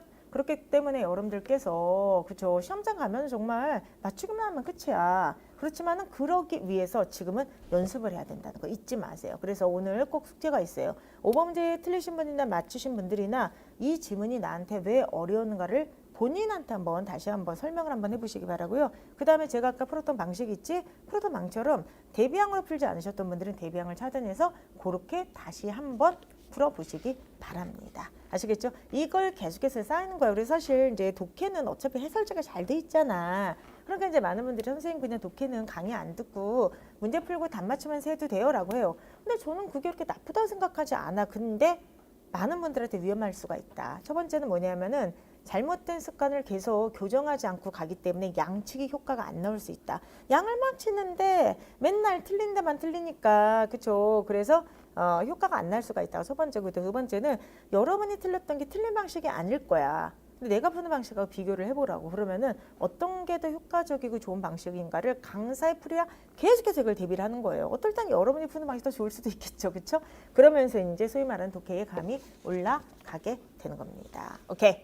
수고하셨습니다. 그래서 5번이 그쵸 49%가 나왔던 문제고요. 6번은 뭐 잘 푸셨을 겁니다. 6번 정답률 82%가 나왔는데 요건 그냥 한번 빨리 풀어보도록 할게요. 자, 지금 회복 탄력성에 대한 연구 결과가 나왔는데 첫 번째 뭐가 나왔냐면은 그쵸, 첫째 나왔죠? 혁신 행동이 유의미한 결과를 나타냈다. 그렇기 때문에 회복 탄력성이 높을수록 혁신 행동의 성과가 높다. 이렇게 나왔죠? 둘째, 조직 내 환경적 변수로 인해서 결과가 좌우될 수 있다라고 돼 있죠. 자, 근데 그 결과가 나오는데 회복 탄력성과 혁신 행동 간에는 상사 지원과 실책 관리 문화가 조절 효과를 보였다. 무슨 말이냐? 자, 보시면 첫 번째 상사 지원이라고 하는 건 뭐냐면은 조직 내 동료들의 지원보다 상사의 관심과 지원이 더 큰 영향을 미쳤다.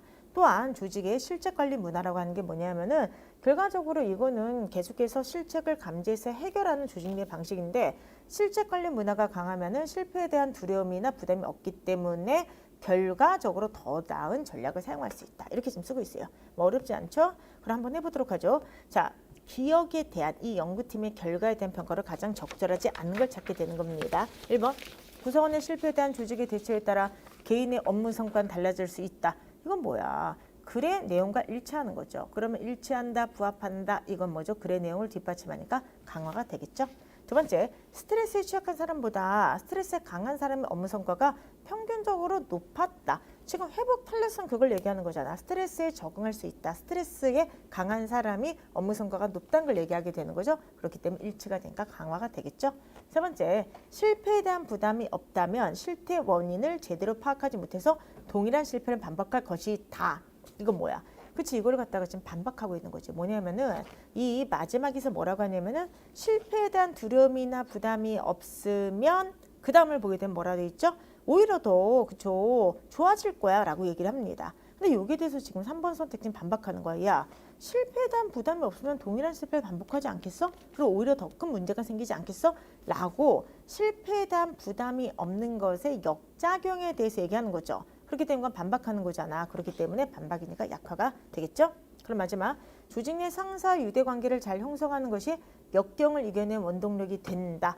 이게 뭐야? 아까 얘기했던 나왔죠? 자, 보시면은 동료들의 지위보다 상사의 지원이 더 큰 영향을 미친다라고 한 내용과 일치가 되는 거죠. 일치가 되는데 이걸 갖다 약화라고 했잖아. 약화가 아니죠. 그렇기 때문에 틀린 거죠. 적절하지 않은 것은 강화 약화 문제 정답은 4번이 되겠습니다. 잘하셨습니다. 자, 여기까지 해서 우리가 제가 지금 안 나오는 목소리를 가지고 그저 지금까지 한번 우리가 6번까지 풀어봤어요. 아 근데 아까 노래를 불렀더니 약간 좀 목소리가 좀 조금 좀 약간 이렇게 좀 약간 저기가 되는 것 같습니다. 뚫리는 것 같습니다. 한 번 더 불러요? 2절 불러요? 공당에서 쫓아오는 거 아니야? 그래서 어쨌든 간에 노래는 이제 더 부르면 이제 공당에서 좀 난리가 날 것 같고요. 예. 더 안 좋아지신 게 아니냐라고 했는데 아니에요. 지금 목이 이상하게 안 나와. 그리고 지금 사실 요 의자가 지금 고장이 나가지고요. 지금 사실 되게 좀 불편해. 차라리 이렇게 앉아야겠다. 아예 올라가가지고 발레리나 포즈로 해서 이렇게 허리를 펴고 앉아야겠다. 그럼 훨씬 더 좀 편한 것 같네요. 2절 있지 않나요? 그 저기 뭐지? 그 애땡땡 노래 2절 있지 않아요? 뭐였죠? 공무원 시험 합격은 공인중개사 합격, 주택관리사 합격. 우리 모두 다 함께 합격. 그 다음 뭐 하나 또 있었는데 또 하나 뭐가 있었던 거 같은데 까먹었어요. 그래서 어찌 되었던 간에 그 노래랑 제가 정말 최고의 CM송이라고 생각하는 것 중에 하나 뭔지 아세요? 서울사이버대학을 다니고 나의 인생길이 달라졌다. 서울사이버대학을 다니고 내 인생이 달라졌다. 서울사이버대학을 다니고 디디디디디디디 서울사이버대학교. 와, 어떻게 보면 평생 교육시대 아닙니까? 그런데 정말 평생 교육을 받을 수 있도록 하는 그 정말 핵심적인 요소가 다 들어간 것 같아요. 저 이렇게 지금 서울사이버대학에 지금 자 광고비 안 받았어요. 광고비도 안 받고 이렇게 이제 저희 라이브를 통해서 광고를 해드렸는데 관계자분 연락 오시는 거 아니야? 네, 공단기도 하나 좀 만들었으면 좋겠어요. 공단기도 하나 좀 만들었으면 좋겠는데 글쎄요. 이 노래들보다 더 뛰어난 노래를 만들 수 있을지는 모르겠습니다. 자, 어쨌든 간에 지금부터 이제 앞광관하고 바로 또 시작할게요. 오늘 너무 죄송해요. 제가 목이 너무 안 나와서 다음 주에는 아예 수업하기 전에 아예 노래를 부르고 올게요. 노래를 부르고 와서 좀 목을 좀 태워 놓도록 하겠습니다. 짜잔! 드디어 이제 예상 출서가 나왔습니다.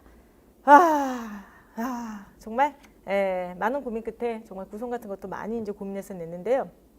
이 예상 출서는 일단 간단하게 앞광고를 하면은 기출과 실전 훈련이에요. 뭐냐면은 기출 문제도 들어가 있고 실전 문제도 들어가 있어요. 그럼 선생님 기출은 뭔가요?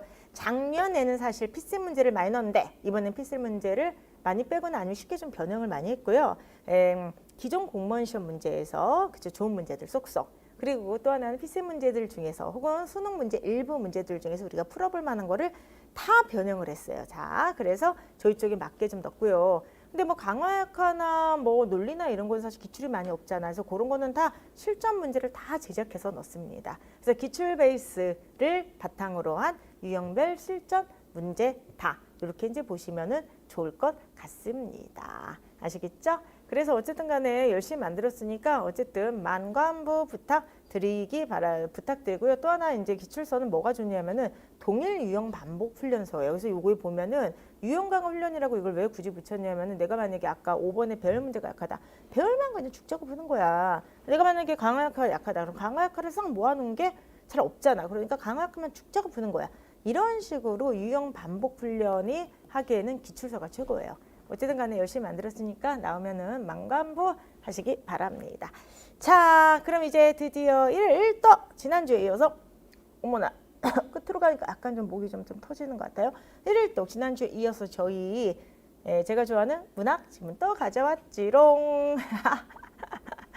문학평론 가져왔습니다. 근데 이제 지난주에는 여러분들 아시겠지만 이 문학평론이 그 현대 그 소설 그 시점에 대한 어떤 문제라고 한다면은 이번은 그건 아니고요. 이제 문학사에서 가지고 온 거죠.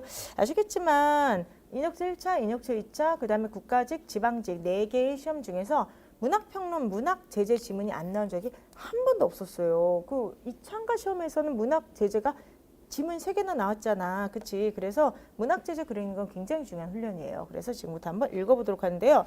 일단 1일독이 지금 정답률이 다 좋아요. 80, 83인데 와! 정답률이 82, 83, 죄송 80, 83인데 80, 83인데 9번 문제가 난리네. 37%예요. 근데 이거는 제가 약간 문제 제기도 나올 것 같은데 이따 한번 여러분들 자 우리 오늘 열린 문제평가 한번 해봤으면 좋겠어요.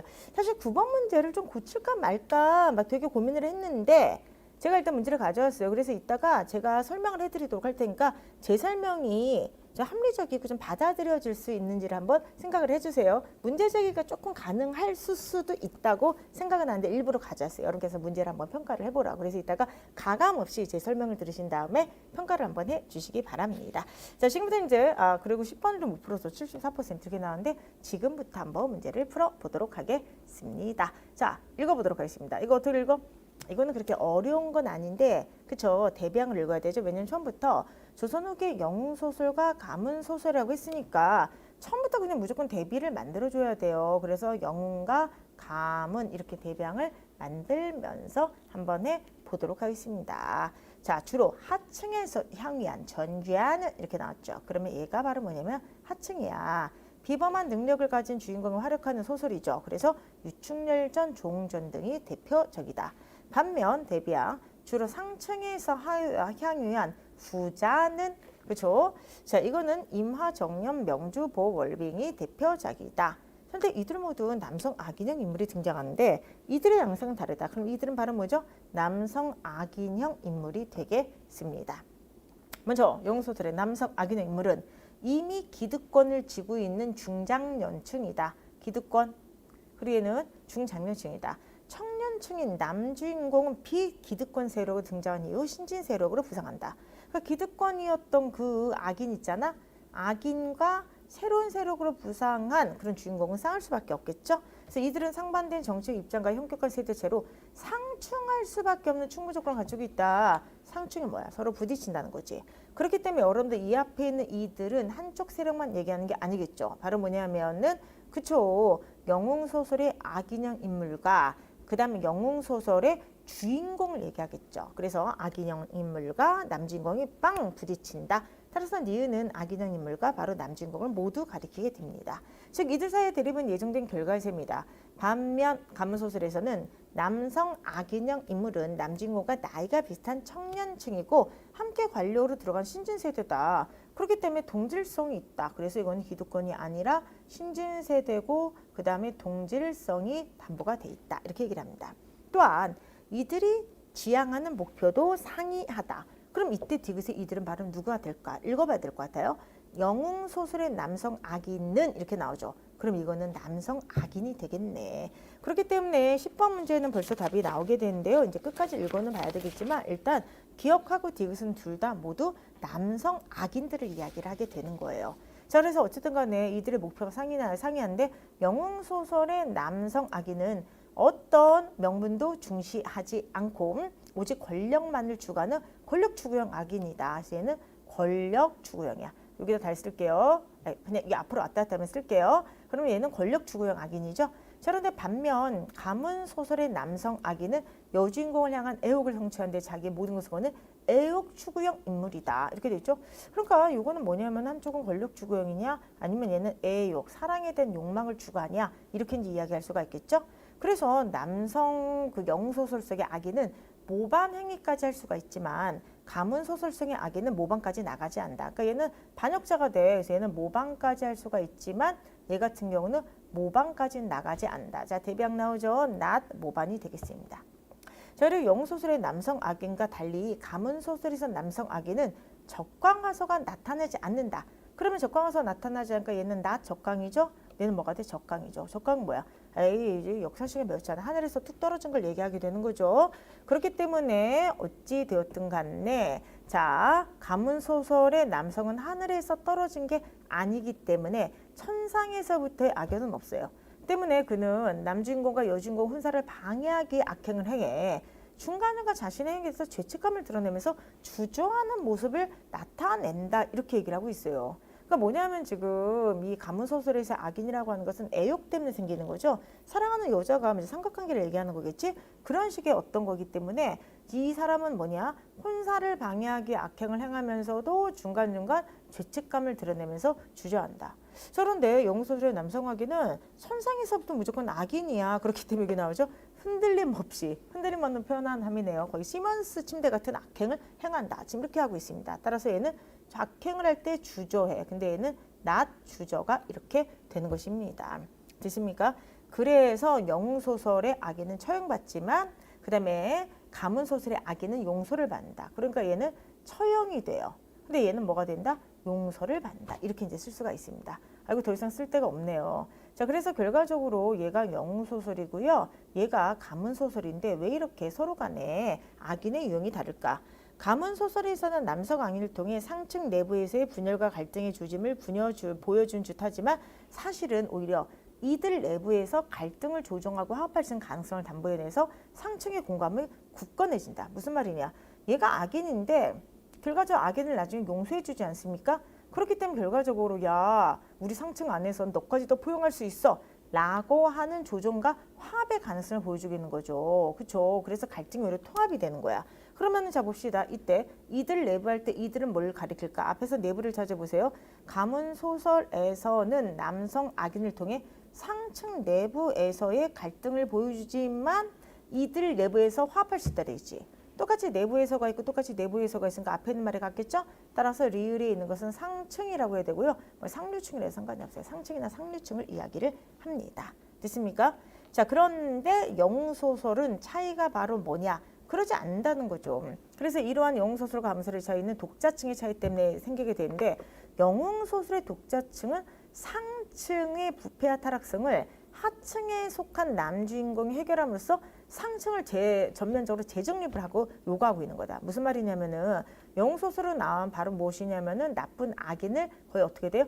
처형하지 않습니까? 그럼 결과적으로 바로 뭐냐면은 야 너희 상층 너희가 지금 너무나 잘못됐으니까 너희를 갖다가 모두 없애고 재정립을 하겠다. 새로운 그 영웅으로부터 이렇게 얘기를 하게 되는 거죠. 그런데 가문소설이라고 하는 것은 바로 뭐냐면은 야 우리가 잠깐 갈등을 했지만 이거는 우리 상층 안에서 충분히 해결할 수 있어 라고 하는 거죠. 그렇기 때문에 상층 내부에 뭐를 갖다가 더 공고히 하는 거야? 결합을 더 공고히 하는 것이다 라고 지금 이야기를 하고 있습니다. 됐습니까 여러분들? 오케이. 자, 지금 제가 좀 그릴 데가 없어서 쓸 데가 없어서 이렇게 대비항을 좀 두 쪽에 걸쳐서 했는데 내용이 별로 어렵진 않았죠? 그래 재밌잖아. 그렇기 때문에 어찌 되었든 간에 자 왼쪽 오른쪽 대비항을 지금 제가 두 쪽으로 만들었는데 요것만 잘 만들어 놓으시면서 읽으면 좋을 것 같습니다. 바로 문제를 풀도록 하겠습니다. 7번. 이 글에서 추론한 내용으로 적절하지 않은 것은 무엇인가? 1번. 영웅소설 속의 남성 악인은 가문소설 속의 남성 악인보다 이렇게 돼 있죠. 자, 여러분들 정신 차리시고요. 마이너스 1점을 하세요. 이걸 안 하셨던 분은 바로 누구냐? 괄호를 안 치셨던 분들은 마이너스 1점, 빨리 마이너스 1점. 이제 뭐냐면은 제가 항상 얘기를 하는데 이제 문제가 뭐 쉽게 나올 때는 별로 문제가 안 돼요. 근데 강화학科문제가 이제 나왔지, 논증표가 나왔지. 그럼 논증표가 나왔다고 하는 거는 앞으로 선택지가 길어질 수 있다는 거야. 그러니까 문제가 어려워진 건 굉장히 여러 가지 의미가 있는데요. 지문이 어렵다, 뭐 지문이 길다, 뭐 이런 것도 있겠지만 선택지가 어렵다, 선택지가 길어질 수 있어요. 지금 선택지는 보시면 한 줄이나 두 줄 선택지지. 근데 얘가 세 줄짜리로 간다고 해봐. 그러면 사실 선택지를 분석하는 것도 힘들어. 근데 선택지를 길게 하는 대표적인 방식이 비교항을 넣는 거예요. 뭐뭐보다, 뭐뭐처럼, 뭐뭐듯이 이런 걸 넣어주는 거예요. 그래서 계속 얘기하지만 제발 비교항이 나오게 되면 뭐뭐처럼, 뭐뭐듯이, 뭐뭐와 달리 대비항도 마찬가지야. 괄호를 좀 치세요. 괄호 안 치면 마이너스 1점. 알겠습니까? 괄호 하세요. 괄호. 이건 정말 기본 중에 기본이야. 알겠습니까? 그래서 괄호를 치는 걸 연습하세요. 그러면은 남성에게는 더 반체적인 위험 인물이다. 왜? 모반을 생각하니까. 모반까지. 되십니까? 이마정연 위에서 뭐라 그랬어요? 여러분들 가문소설이죠? 가문소설은 애욕 추구형. 근데 조홍조는 뭐야? 영웅소설이죠? 그러니까 권력 추구형. 맞습니다. 세 번째. 영웅소설과 가문소설은 남주인공과 정치적 입장이 동일하다. 아니라 그랬지. 가문소설은 그렇다고 해요. 그런데 영웅소설은 정치적 입장이 상이하다. 그리고 세대가 다르다. 이렇게 얘기하지 않았습니까? 그렇기 때문에 정답 몇 번 되겠습니까? 3번이 되겠습니다. 마지막 네 번째. 이 충렬전의 남성 악인은 얘는 영웅소설이죠. 천상계에서 죄를 지어 인간계로 내려왔다. 다른 말로 하면 적강의 요소를 갖추고 있으나 명제보혈빙은 뭐가 되는 거죠? 이거는 가문소설이죠. 적강을 안 했다. 천상계와 무관하다. 맞게 됩니다. 되십니까? 7번 답은 3번이 되겠고요. 정답률은 80%가 되겠습니다. 8번 문제. 다음 주 이 글에 대한 평가로 가장 적절한 것은 바로 무엇이냐? 영웅소설과 가문소설의 독자층이 중첩되는 양상을 보인다. 이렇게 돼 있죠? 그럼 이 글의 설득력 강화됩니까? 아니죠. 지금 이 글에서 얘기하는 거는 영웅소설의 악인형과 가문소설의 악인형이 이렇게 다른 이유는 독자층이 다르기 때문이다. 근데 독자층이 만약에 중첩되고 있다라고 한다면 반박하는 거잖아. 그렇기 때문에 반박은 뭐야? 약화, 강화하지 않죠? 두 번째, 가문소설은 영웅소설에 비해 자 마이너스 1점 너무 심한가? 너무 심한가요 여러분들? 괄호하세요. 괄호하세요. 괄호. 가문소설은 영웅소설에 비해 언어 사용과 표현면에서 정제된 면모를 보인다. 왜 그렇죠? 가문소설이 뭐야? 상충이잖아. 영웅소설이 하충이잖아. 그럼 언어 사용과 표현면에서 정제된 면모를 보이는 건 바로 어디야? 상류층의 특성이기 때문에 이 글의 내용과 일치하는 거지. 일치하니까 설득력은 뭐가 된다? 강화가 되는 거지. 약화하지 않는다. 세 번째, 조선 후기 상류층의 내불 갈등이 심화된 시기에 가문소설이 상류층에게 보다 활발하게 향유되는 경향을 보였다. 끊어주세요. 그럼 여러분들 생각을 해봅시다. 아까 가문소설 뭐라 했죠? 상류층 우리끼리 약간의 갈등이 있을 수 있어. 분열이 있을 수 있어. 그래서 어떻게 보면은 그쵸 악인이 출현할 수도 있지만 그쵸 이거는 상류층 안에서 상류층 내부에서 갈등이 통합된다. 이걸 통해서 지배의식 상류층의 그런 어떤 지배의식을 또 공고히 하고 있는 거 아니야. 그렇기 때문에 갈등이 심화될 때 가문소설이 상류층에서 활발하게 향유되었다. 그러면은 내부 갈등, 가문소설, 상류층 같은 항이 쭉 배열이 되는 것이죠. 내용 일치니까 강화. 그렇기 때문에 정답은 3번이 되겠습니다. 마지막 네 번째, 조선 후기 영웅소설의 신분 상승에 대한 하류층의 욕망이 투영되어 하류층 출신 주인공이 출세한 서사가 많다. 아니 생각을 해보세요. 영웅소설은 하층 계급이고요. 그리고 특히나 하층 계급의 그런 젊은 그 영웅 주인공이 기존 체제를 갖다 바꾸는 거잖아. 그러니까 여기랑 같은 항으로 돼 있잖아. 그치? 영웅소설 하층 계급이 결과적 악인을 처형해서 그쵸? 체제를 갖다 재편성하는 거죠. 그러면 이건 일치가 되는 거잖아. 일치니까 강하겠어? 약하겠어? 시작. 강화. 그쵸? 일치한다. 그렇기 때문에 정답은 3번이 되겠습니다. 자, 카페 이벤트 여러분들 잊지 마시기 바랍니다. 문장 3개를 캡처하셔가지고요. 한 문장으로 만드셔가지고 그쵸? 카페 인증 이벤트를 하시기 바랍니다. 자, 그래서 8번에 3번인데 자, 이제 따다다단 9번 문제. 37%의 정답률이 나왔는데요. 지금 9번 문제 자, 아마 이게 1번을 되게 많이 찍었을 걸 9번에?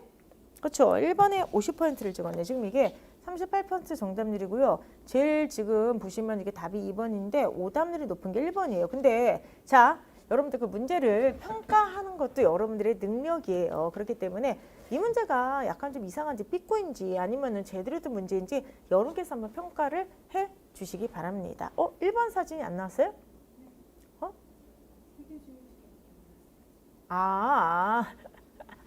1번 사진 지금 안 나왔다 그러는데 3개 중에 아직 2개뿐이 안 나왔대요. 그래서 끝까지 이렇게 들으셔야만 된답니다. 자, 그러면 지금부터 여러분들 한번 우리 9번을 한번 풀어보도록 하겠습니다. 칸트가 인간이 악을 행한 이유를 허약성, 불순성, 사악성 3가지 항목으로 분류한 바 있습니다. 바로 뭐냐면 허약성은 자신이 하지 말아야 될 일을 하고 있다는 것을 알면서도 허약함 때문에 스스로의 악한 성에 굴복하는 거야. 이게 뭐야? 공부해야 되는데 여러분 PC방 갈 때, PC방 가서 막 게임하고 있을 때 하지 말아야 될 것을 알고 있는 거야. 난 지금 공부라고 하는 선을 이루어야 돼. 근데 PC방 가서 막 게임하고 있으면 안 돼.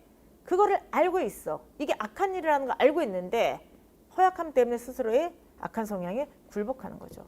그 일을 하지 말아야 되는 거 알고 있는데도 거기에 굴복하는 거야. 됐습니까 여러분들? 그죠? 그래서 수업 삥땅 치는 거.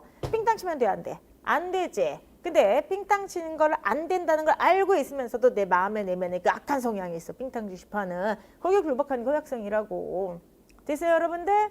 자, 그리고 예를 들어서 저로 얘기하면은 밤에 야식을 먹으면 안 돼. 안 된다고. 밤에 야식 먹으면 다음날 띵띵 붓고 오히려 더 힘들다고.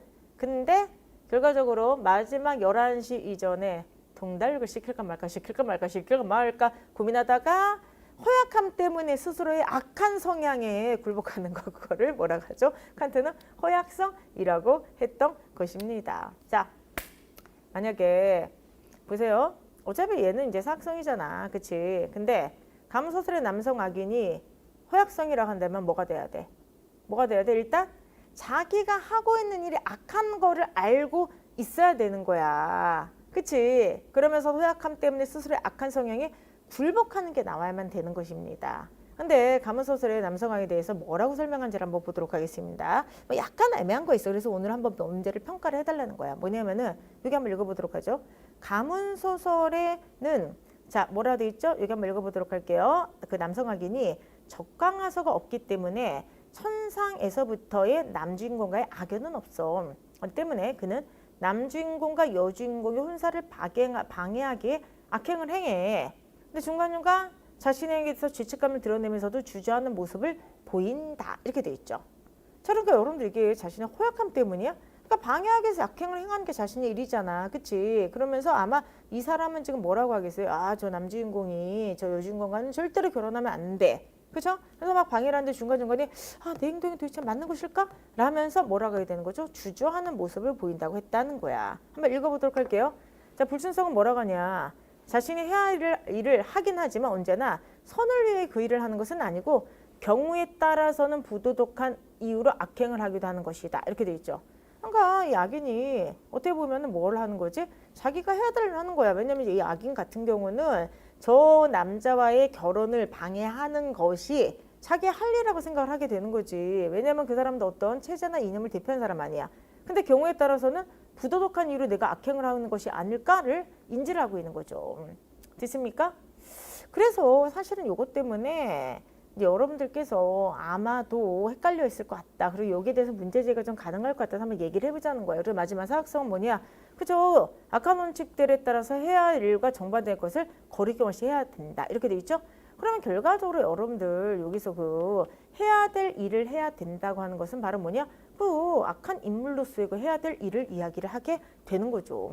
됐습니까, 여러분들? 그러니까 허약성은 뭐냐면은 악한 인물이 처음부터 아 내가 하는 모든 거는 악한 일이야. 저렇게 방해를 해서도 절대로 안 되고 난 정말 나쁜 일을 하고 있어. 이걸 막 알고 있으면서도 내가 저 여자랑 결혼하고 싶으니까 그 악한 일을 알고 있으면서도 계속 방해를 한다는 거잖아.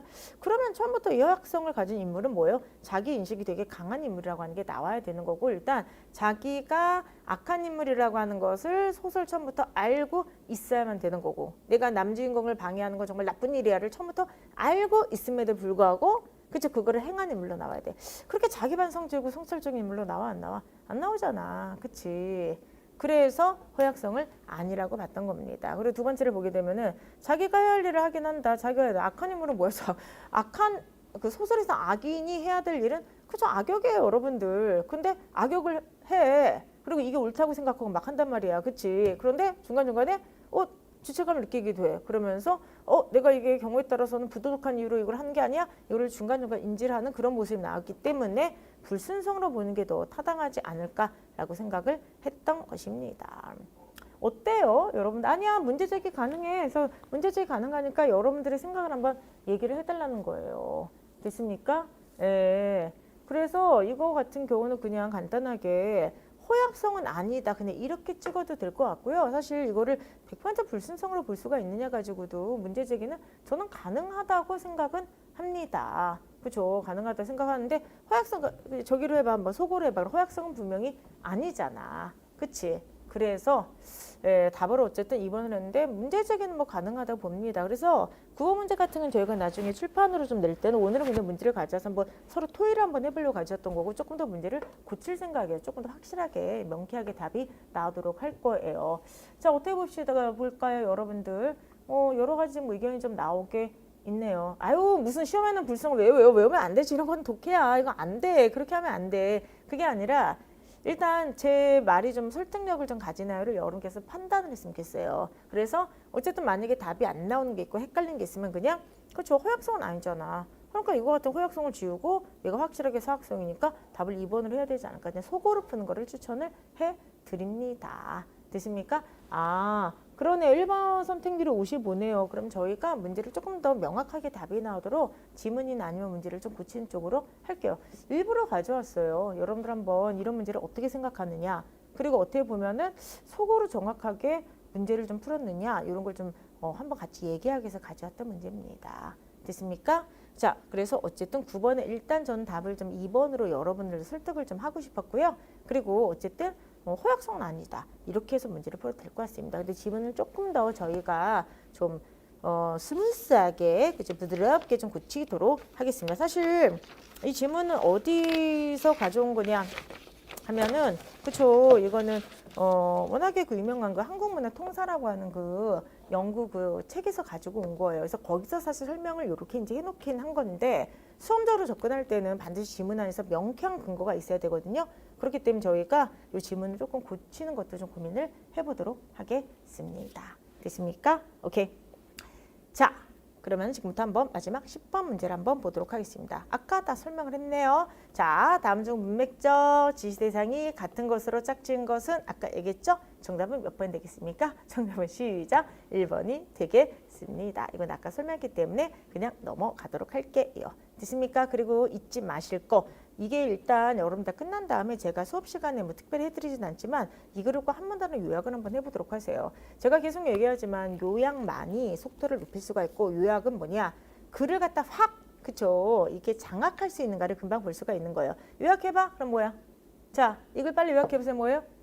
그렇죠. 조선후기 영소설과 감소설의 차이점이죠. 그렇죠. 차이점을 갖다가 뭐를 통해서 분석한 거죠? 악인형 인물의 그쵸 차이를 통해서 분석을 한 겁니다. 그런 식으로 여러분께서 자꾸만 글을 읽은 다음에 옆 사람한테 그냥 한 줄로 글을 설명하기 이런 거 있죠? 이런 걸 계속 하시면서 보시기 바랍니다. 자, 여러분들 일단 오늘 여러분들과 함께 오늘이 잠깐만 9월 1일인가요?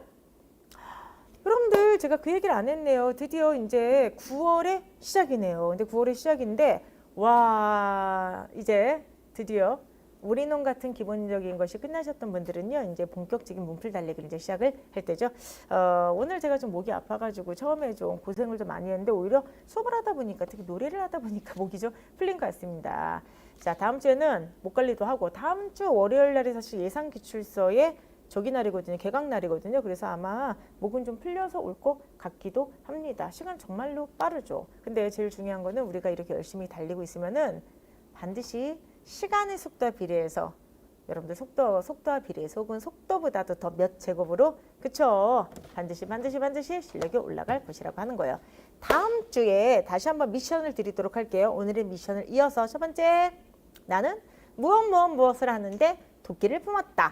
이거 반드시 미션을 정하셔서요. 반드시 수행을 하세요. 아까 되게 좋았던 것 중에 하나 뭐 칼로리도 몇 칼로리 이하로 먹었다. 그 다음에 매일 운동을 했다. 그 다음에 매일 국어를 풀었다. 뭐 되게 여러 가지 의견이 있는데 어찌되었든 간에 각자 미션을 정하셔서 다음 주까지 꼭 지켜서 오셨으면 좋겠어요. 그래서 도끼를 품었다 미션 두 번째 미션 또 다시 한번 드리도록 하고요. 그래서 저는 월요일 라이브 7시가 사실은 월요일 저녁이지만 한 주를 다시 한번 점검하고 다음 주의 계획을 세우는 그런 시간이 되었으면 좋겠어요. 저희가 1시간 좀 넘는 시간에 짧게 하지만 월요일마다 매번 만난 걸 통해서 우리는 혼자가 아니야. 나 혼자 지금 외롭게 공부하고 있는 게 아니라 선생님과 함께 그리고 라이브를 하는 친구들과 함께 선의의 경쟁을 같이 지금 뛰고 있어. 이런 느낌으로 같이 가셨으면 좋겠습니다. 아시겠죠 여러분들? 다음 주에는 보다 다양한 문제를 통해서 여러분들과 함께 문풀 달리기 체력 점검을 한번 해보도록 하는데요. 특히나 다음 주 같은 경우는요. 논리에서 똑같이 한 문제 그리고 독해에서 한 문제 여러분이 좀 약간 정신 번쩍 날만한 그런 약간 함정 있는 문제들을 좀 준비를 해보도록 하겠습니다. 지뢰는 언제 어디선지 나타날 수가 있습니다. 그렇기 때문에 함정 피하기 연습 다 같이 다음 주에도 열심히 한번 해보도록 할게요.